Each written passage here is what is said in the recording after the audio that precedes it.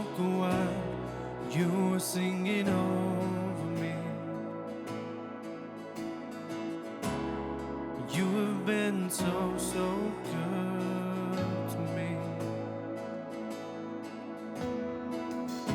Before I took a breath, you breathed your life in me. You have been so, so kind to me. And oh, the overwhelming, never-ending, reckless love of God. Oh, it chases me down, fights till I'm found, leaves the 99. And I couldn't earn it, and I don't deserve it. Still, you give yourself away. Oh, the overwhelming, never-ending, reckless love of God. Yeah.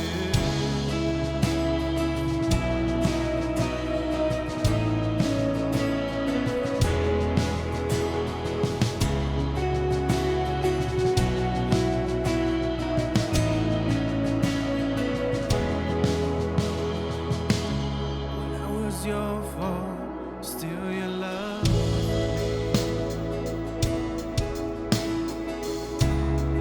You have been so, so good to me. When I found no worth, you paid it all for me. You have been so, so kind to me. And oh, the overwhelming, never-ending, reckless love of God. Oh, it chases me down, fights till I'm found, leaves the 99. And I couldn't earn it, and I don't deserve it. Still, you give yourself away. Oh, the overwhelming, never-ending, reckless love of God.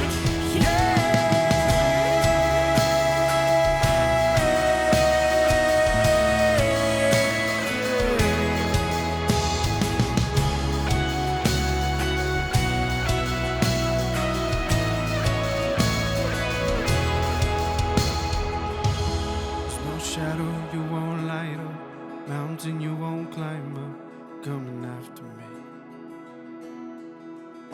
There's no wall you won't kick down, lie you won't tear down, coming after me.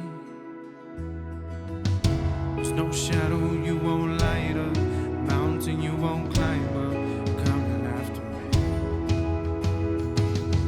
There's no wall you won't kick down, lie you won't tear down, coming after me.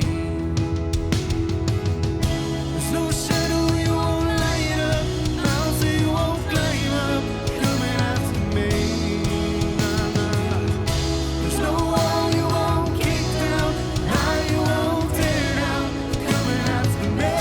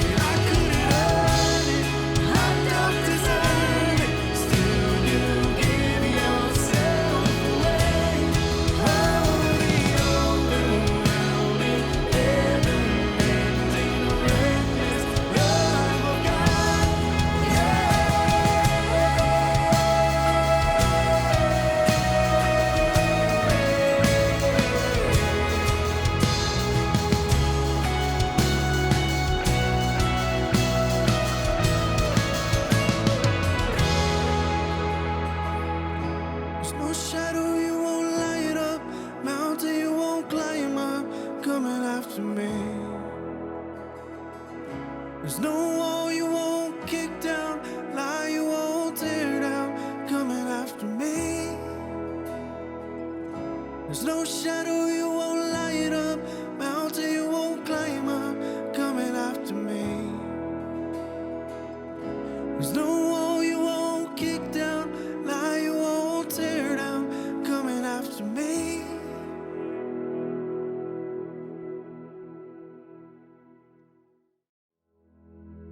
Hey, let me ask you a question. Have you ever wondered what the Easter story would have looked like had it played out in this current society? I mean, the whole death, burial, and resurrection of Jesus being lived out in this modern era that we live in. This year, Without Walls Church, we are presenting what we are calling an Easter Trilogy. And you right now are actually watching the first part of that trilogy. And what you are about to see and listen to is going to be a modern collection of thoughts and perspective from one of Jesus' disciples, John. We know him as John the Beloved. And John is going to share and recount the events of Jesus as seen through his eyes. This Jesus who would lay his life down for John, but not just John, he would lay his life down for you and I. Listen to this.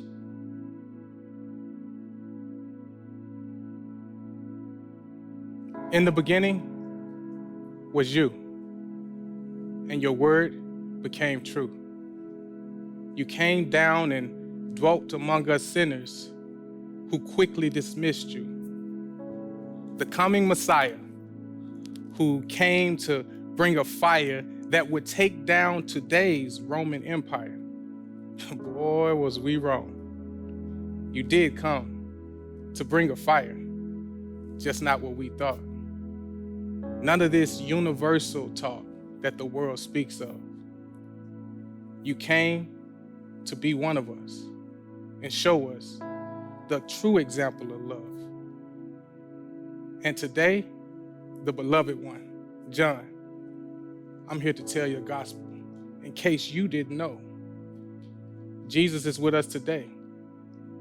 Let me tell you his story. Born in Bethlehem, raised in Nazareth, what the Bible considers the hood, because what they say, nothing good comes from Nazareth. So it had to be the projects or the trailer parks, the rough parts or the hood. That's why it was easy for him to find the disciples that he found. We know what he grew up around. So when he picked me, it was easy. I would give my life to follow him. In those 3.5 years we traveled, nothing could stop him.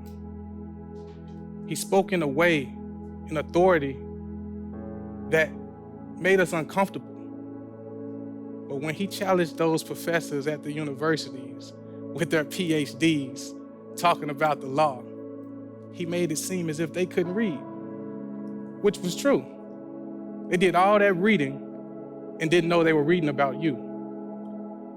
You see, some of them you got to. And Nicodemus, the Ivy League boy, he was the one that snuck away to meet you. He had so many questions. No one could do what you do. You must be from God. So what happened? He didn't want to give up his title, his status with the university. And so he went back. But your gospel continued. And you got popular when we went hiking and you did the sermon on that mountain. It was popular. A lot of people started picking out their phones and recording what you said, not even knowing that you were fulfilling the law and telling us while we were dead, teaching us not to worry, telling us how to love one another, teaching us how to pray to the Father. So much that you put on us, but they didn't even bother. They kept with posting their pictures and tagging Twitters and putting up Facebook just so they can fake a look like they're Christian.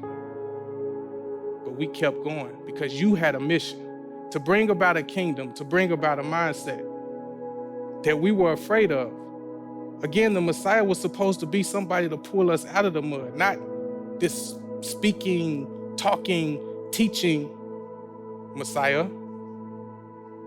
What were we doing? How did we get here? All I could think about was, are they going to kill him? Do they fear him?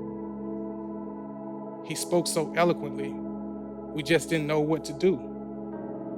I mean, I even tried to question you in front of people too. But it was when you went to the Samaritan town and you spoke with that woman, knowing that we had a race problem. It didn't bother you. You called out every sin she did.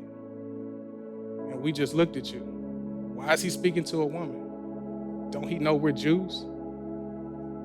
Why is he engaging with her? I don't think he knows what to do. And yet, you removed the veil from our eyes and hers too. And we had a party all weekend. We saving people too. Honestly, this is a gospel that's heavy for me, and I know it's heavy for you. You think you know him. I don't think you do.